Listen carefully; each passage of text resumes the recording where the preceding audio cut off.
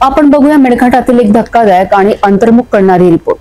अमरावती जिल्ह्यातील धारणी तालुक्यातील राणी गावच्या आदिवासी बांधवांची राणी गावच्या घाट जिथे रोजचा प्रवास म्हणजे मृत्यूशी झुंज।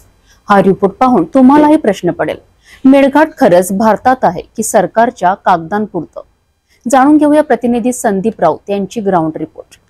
धारणी तालुक्यातील राणीगाव, जे नाव उच्चारलं तरी डोळ्यापुढे उभं राहतं ते एक खडतर प्रवासाचं चित्र।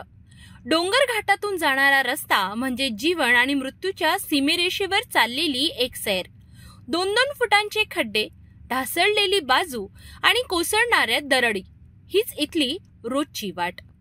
एकीकडे समृद्धी महामार्गाच्या बांधकामाचा गाजावाजा होतो आणि दुसरीकडे मेळघाटातील रस्ते मात्र रामभरोसे। राज्य आणि केंद्र सरकारकडून वर्षानुवर्षे मेळघाट विकासासाठी कोट्यवधी रुपयांचा निधी येतो, पण प्रत्यक्षात काय? निधी कागदांवर खर्च होतो आणि जमिनीवर अर्थात रस्त्यावर फक्त खड्डेच खड्डे। सार्वजनिक बांधकाम विभागाचे एक्झिक्युटिव्ह इंजिनियर आणि ज्युनियर इंजिनियर राजकीय कार्यक्रमात मग्न आहेत, तर स्थानिक जनता जीव मुठीत घेऊन प्रवास करीत आहे। आदिवासी बांधवांच्या वेदना कुणाच्या ऐकण्याच्या क्षमतेबाहेर गेल्या आहेत। माजी खासदार नवनीत राणा यांनी स्वतःला मेळघाटची मुलगी म्हणवून घेतले, मात्र दिलेली प्रत्येक आश्वासनं आजही हवेत विरून गेल्यासारखी वाटतं। खासदार, आमदार, स्थानिक प्रशासकीय यंत्रणा सर्वच कुंभकर्णी झोपेत आहेत। मेळघाटात मोबाईल सिग्नल नाही, रस्ते नाहीत, मूलभूत सुविधा नाहीत आणि आता वाटही सुरक्षित नाही।